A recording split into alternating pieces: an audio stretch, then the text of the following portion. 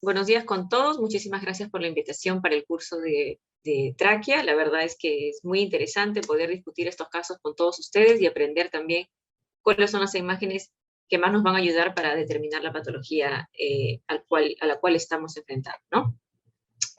Bueno, el tema del día de hoy es patología traqueal en pediatría, el estudio por imagen. ¿Cómo vamos a evaluar estas patologías por radiología, ¿no?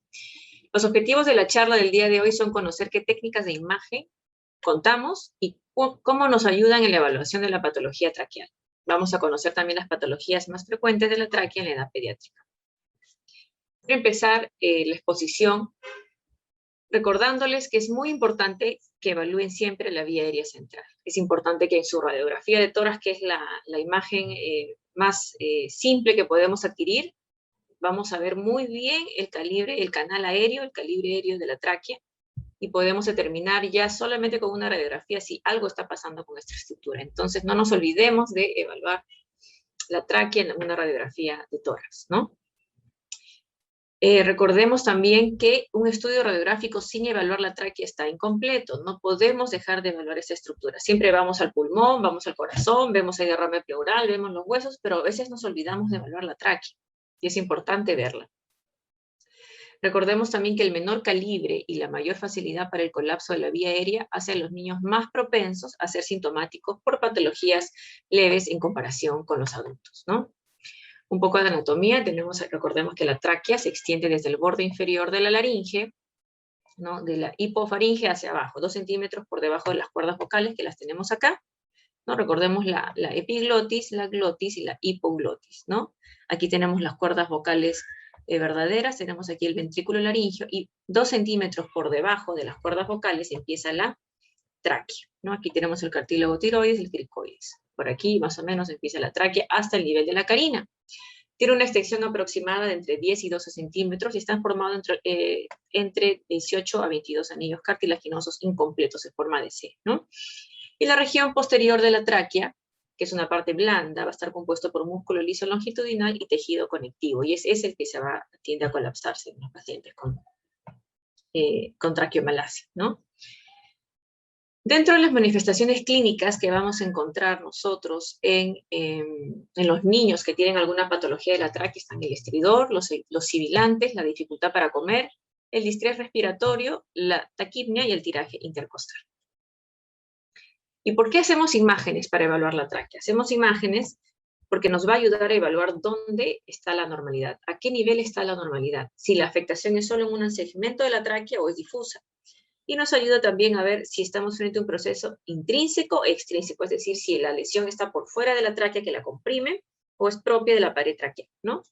Y nos permite determinar las diferentes modalidades diagnósticas, qué estudio adicional podría yo pedir para mejorar el diagnóstico de la patología traqueal. Recordemos que para evaluar la tráquea tenemos una radiografía simple de tórax, el esofagograma, que nos ayuda mucho para ver la anatomía y las deformaciones de la región anterior del esófago, para ver si hay alguna estructura que esté afectando el esófago, como una inflamación traqueal, por ejemplo, o un divertículo traqueal infectado, o un quiste bronquiogénico, en el caso sospechemos de esta patología. La tomografía es otro elemento muy importante y es crucial, sobre todo en los pacientes quirúrgicos, ya que va a permitir al cirujano dar una comprensión muy amplia de la anatomía y de las estructuras que rodean la patología de la tráquea, ¿no? Y la resonancia magnética también nos ayuda en algunos casos. Esta es una radiografía de tórax normal. Tenemos aquí, como ustedes pueden observar muy bien, el canal aéreo de la tráquea, ¿no? Tenemos aquí la tráquea, aquí viene la carina, el bronquio derecho y el bronquio izquierdo. Siempre tenemos que valorar la tráquea, además del pulmón, el corazón, los senos postofrénicos, los huesos, etcétera. Siempre tenemos que darle una miradita a la tráquea. En un corte tomográfico axial y sagital podemos ver el calibre normal de la tráquea en un paciente con inspiración. Recuerden que los pacientes, cuando hacemos la tomografía, decimos tome aire, ¿no?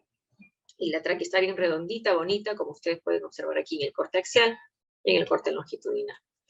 Este es en un corte axial, otro pacientito, donde podemos observar aquí también la tráquea, y en la fase de expiración, miren cómo puede en la región posterior colapsarse. Pero este colapso no debe ser mayor del 50% del calibre de la tráquea. Cuando es más del 50% ya hablamos de traqueomalacia. Entonces, Pasemos ahora a hablar de las patologías de la tráquea y vamos a dividirlas básicamente en patologías extrínsecas y patologías intrínsecas. Dentro de las extrínsecas vamos a clasificarlas como congénitas, infecciosas o inflamatorias, tumorales y las vasculares. Entre las congénitas tenemos principalmente el quiste broncogénico y un tipo de atresia esofágica, ¿no? Tenemos aquí el quiste broncogénico, un paciente de 4 años que presenta una imagen quística paratraqueal derecha de contornos definidos, que no muestra captación interna del contraste, no tiene componente sólido ni tabiques internos. Aquí tenemos la misma paciente en corte axial, el quiste broncogénico, muy definido, sin evidencia de componente sólido en su interior.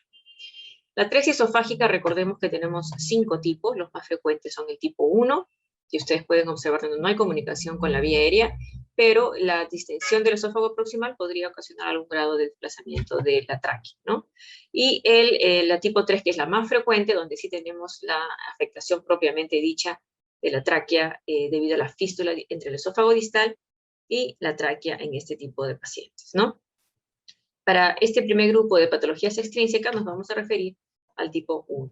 Como podemos ver en este paciente, tenemos una marcada distensión, dilatación del esófago proximal que desplaza levemente la tráquea hacia la izquierda, ¿no? Este niño no tiene gas en el estómago, por lo tanto es una atresia esofágica tipo 1. Aquí tenemos otro pacientito, miren aquí la sonda nasogástrica, tiene un stop ahí, no avanza y no presenta aire en el abdomen. Este paciente, por lo tanto, estamos frente a una atresia esofágica tipo 1, sin conexión con la vía aérea.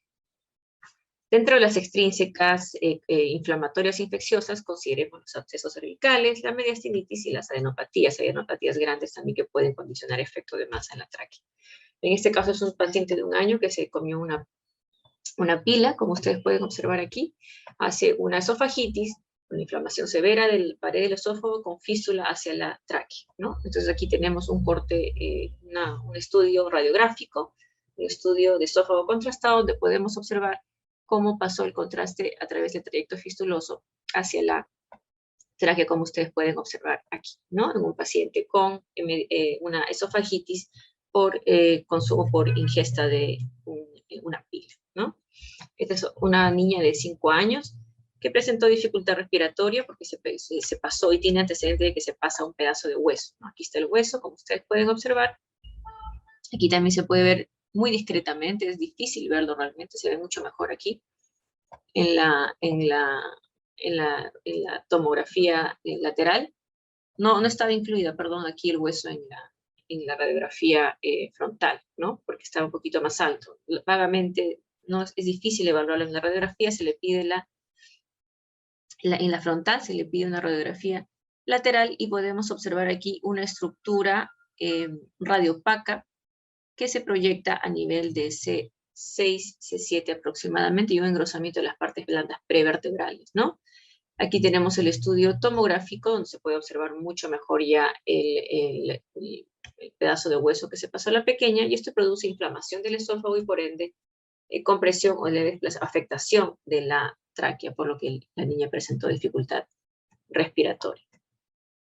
Tenemos aquí una mediastinitis, miren este paciente, tenemos aquí en cortes tomográficos con contraste, donde podemos observar aquí unas múltiples colecciones a nivel del mediastino que configuran pues una inflamación mediastinal, ¿no? Aquí cercanas a la tráquea, como pueden observar en este paciente.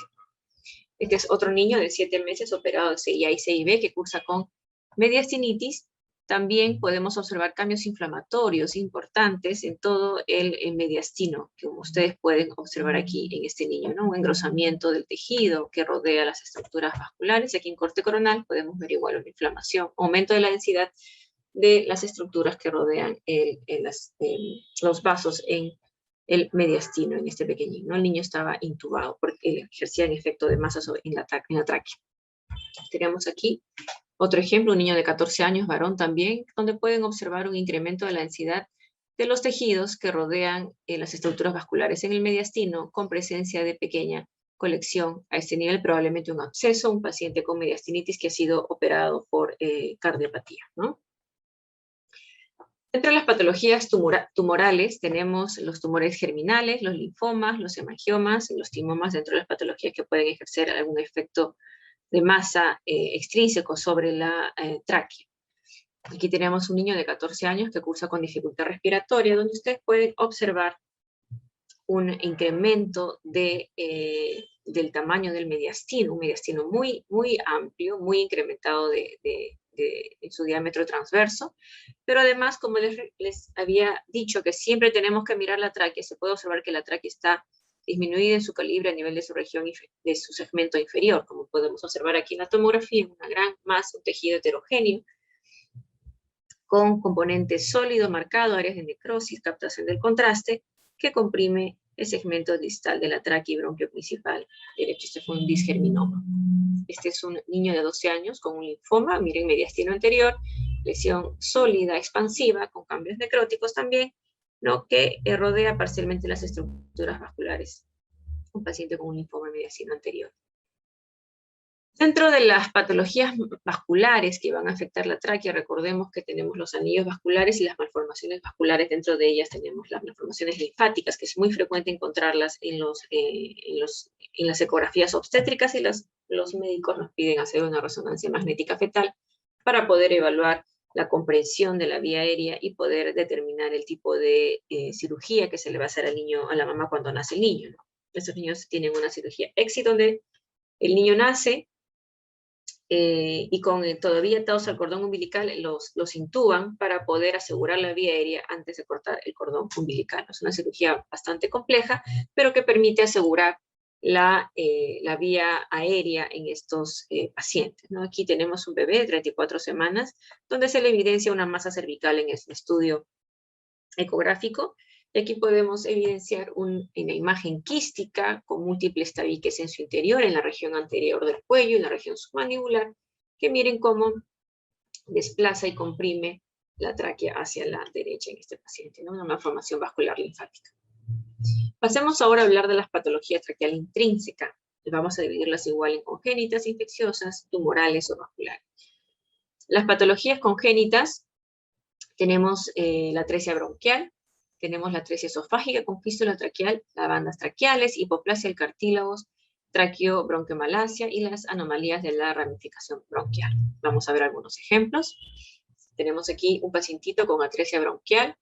El mecanismo no está muy claro, unos hablan de una etiología embriológica, otros de algún trauma que recibe el bebé en la etapa de gestación, que produce una estenosis o una atresia en un segmento del bronquio, y que va a condicionar que el segmento distal bronquial se llene de moco, se dilate y se forman como pequeños bronquioceles o mucoceles, como pueden ver aquí.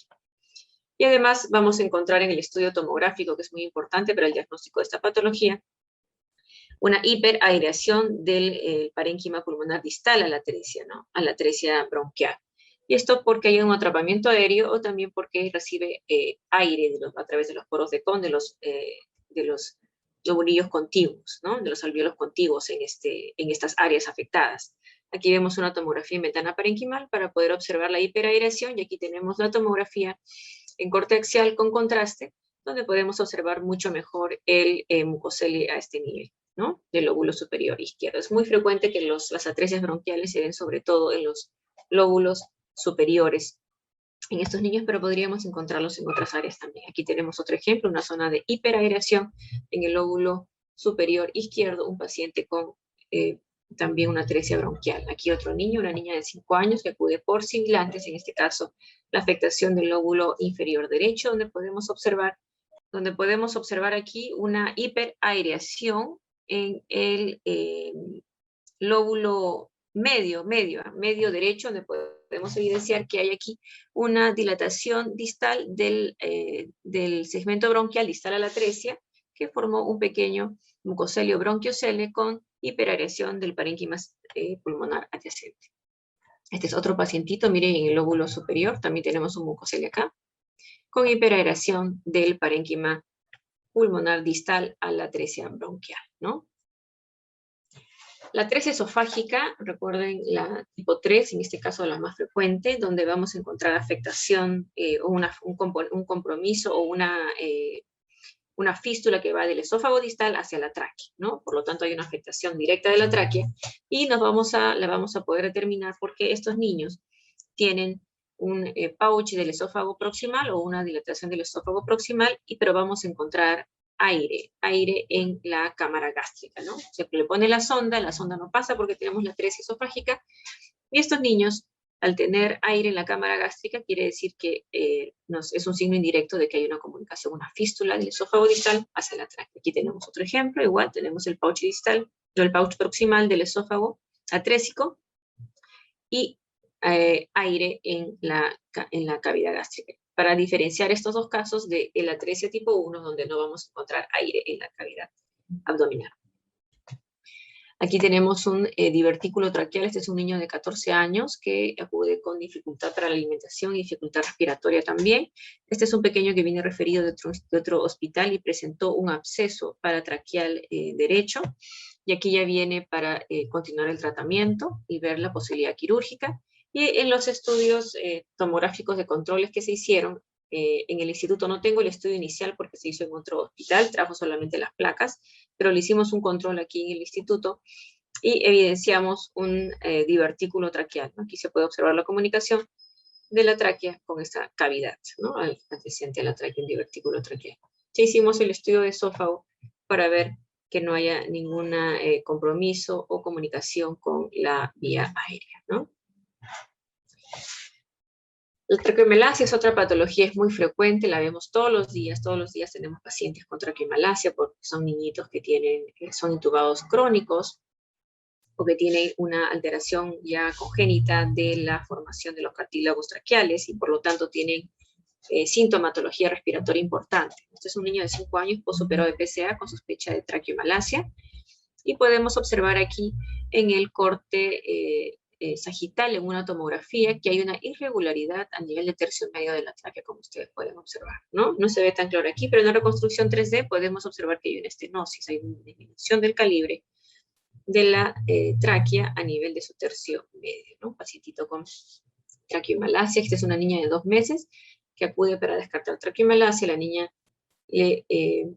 podemos observar un tubo de traqueostomía y aquí podemos ver cómo hacia la región superior hay una disminución del calibre también de la tráquea si uno compara el segmento proximal con el distal, ¿no? Una bebé con traqueomalacia.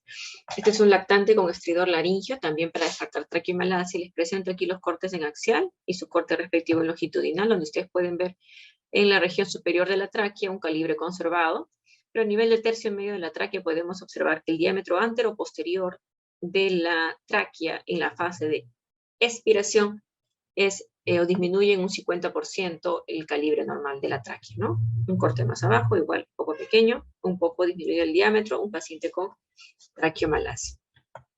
Este es un lactante con cardiopatía que viene para descartar patología traqueal y podemos ver aquí una disminución del calibre del bronquio principal derecho y del bronquio izquierdo, ¿no? Paciente con bronquiomalacia.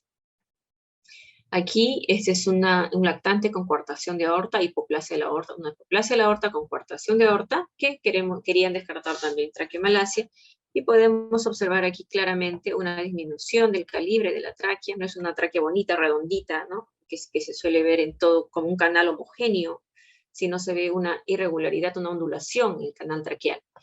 Y en el estudio axial, en la fase de expiración, podemos observar una marcada disminución del diámetro antero-posterior de la tráquea con desplazamiento anterior de la región posterior de la tráquea, ¿no?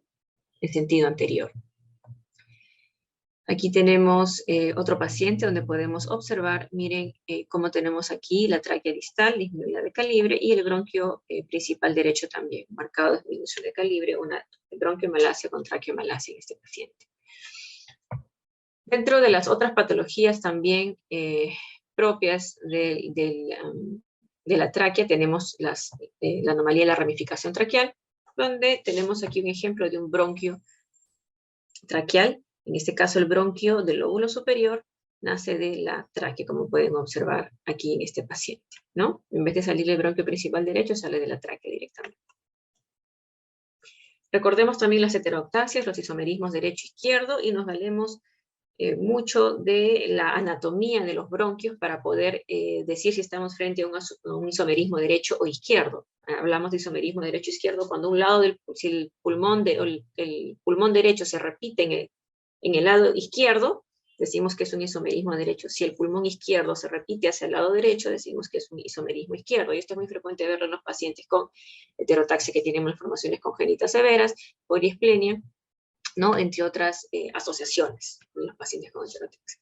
Aquí podemos observar la morfología izquierda del bronquio, tanto en el bronquio, en el lado derecho como en el lado izquierdo del tórax, tenemos una morfología de bronquio izquierdo, sería un isomerismo izquierdo en este paciente. Es un artículo que publicamos con el doctor Ugas Mas en el instituto, en el Pediatric Radiology, donde pusimos todas las, hicimos una casuística muy amplia de casos con heterotaxia y encontramos que la morfología de los bronquios era un tip muy importante para ayudarnos a definir frente a qué tipo de heterotaxia nos estábamos enfrentando. Dentro de las patologías infecciosas inflamatorias propias de la vía aérea, tenemos, recordemos, la más frecuente, tenemos el CRUP, que primariamente o principalmente es un compromiso inflamatorio laríngeo, recordemos que es por el virus de parainfluenza o el virus sincicial respiratorio, y lo que vamos a encontrar básicamente es una estrechez del canal aéreo a nivel de la hipofaringe, como ustedes pueden observar aquí, porque la laringe se encuentra totalmente o bastante obstruida por el edema que se produce por la inflamación a este nivel, ¿no? Es importante, no se nos puede pasar esto en una radiografía de tórax, ¿no?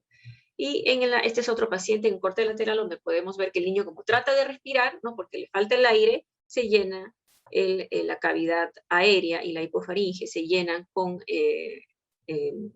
aire para poder, que se ve muy bien aquí en esta radiografía lateral, y es un signo también indirecto de que hay una inflamación o que hay un stop o una estenosis a nivel de la laringe en este paciente, ¿no? También tenemos las granulomatosis con polegitis, lo que conocemos como granulomatosis de Wegener, que es una enfermedad de la vasculatura pequeña y mediana, ¿no? que es positivo sobre todo al PEANCA, y lo que vamos a encontrar son múltiples nódulos pulmonares, vamos a encontrar múltiples nódulos pulmonares, algunos con necrosis en su interior o que hacen cavidades internas. No se comporta como una tuberculosis, solo que estos son nódulos granulomatosos no caseificantes, a diferencia de la tuberculosis que es caseificante, ¿no? Pero se ven muy similares las imágenes en estos pacientes. La tuberculosis pulmonar es una patología que vemos que es de todos los días, es frecuente verlo también en nuestros niños, y miren acá el patrón en árbol de gemación. Aquí tenemos en el lóbulo superior derecho, aquí tenemos múltiples micronódulos y imágenes de consolidación con cavernas en los lóbulos superiores. La afectación del pulmón es bilateral, difuso, un paciente con tuberculosis. Aquí tenemos otro pacientito también con algún patrón de árbol de gemación, consolidación, atelectasia y derrame pleural en este niño con tuberculosis. Dentro de las tumorales, recordemos que tenemos los papilomas, los carcinomas bronquiales, la histiocytosis y las metástasis. Este es un niño de 13 años que acude por dificultad respiratoria y ustedes pueden ver que tenemos ahí miren el canal aéreo de la tráquea y se puede observar aquí una estenosis, ¿no? Se puede ver aquí una estenosis en este paciente, como ustedes pueden ver muy bien. Aquí tenemos una imagen en coronal de la ventana pulmonar y la ventana mediastínica, donde se puede observar un engrosamiento marcado, focal, pero también del extremo proximal y distal de la tráquea en este paciente. Le hicimos un control posterior, el paciente se tuvo que intubar porque esto ocasionaba una importante obstrucción de la vía aérea, y se evidencia que ya el niño disminuye el componente nodular, como ustedes pueden observar en el componente expansivo en la pared de la tráquea en el lado derecho, pero se evidencia además de eso en esta imagen mucho mejor, esta imagen contrastada, que hay un engrosamiento difuso, miren, de las paredes, en este caso de la laringe, ¿ven? Hay un engrosamiento difuso con edema y hay este compromiso en este nódulo que ya evidenció disminución de tamaño a nivel de la tráquea, ¿no? Estábamos frente a un paciente con una histiocytosis. Ya en un control posterior se puede evidenciar que hay disminución de los cambios inflamatorios y significativo menor tamaño de la lesión a nivel de la pared derecha de la tráquea distal, ¿no? Los papilomas son patologías también muy frecuentes, los vemos con cierta frecuencia en el instituto, los niños que nacen con las mamás infectadas con el virus papiloma humano. Estos niños nacen y se empiezan a desarrollar los papilomas en la vía aérea, tanto en la laringe, en la tráquea, en los bronquios distales, y vamos a encontrar múltiples pólipos en el canal, en los canales bronquiales, que dan formación de nódulos que luego se van a cavitar, como ustedes pueden ver muy bien en este paciente, en este corte coronal, en esta tomografía. Y aquí podemos observar en corte axial como tenemos un engrosamiento, miren acá de la laringe. Esta niña hizo también un neumomediastino debido a que una de las cavidades se rompió, hizo comunicación con el mediastino y desarrolló un neumomediastino este paciente, ¿no? Y podemos observar ahí múltiples pequeños polipitos, ¿no? Polipitos en el canal aéreo, ¿no? Esto a nivel de la laringe más superior. Otros ejemplos de papiloma, miren acá, a nivel de aquí estamos ya en la glotis, miren cómo podemos evidenciar aquí este engrosamiento micronodular o nodular con captación del contraste. Aquí tenemos también, miren, este es la epiglotis, estamos ya en la glotis, en corte sagital, en la tomografía, donde podemos evidenciar estos pequeños papilomas o nódulos que protruyen hacia la cavidad aérea, ¿no? Las patologías vasculares,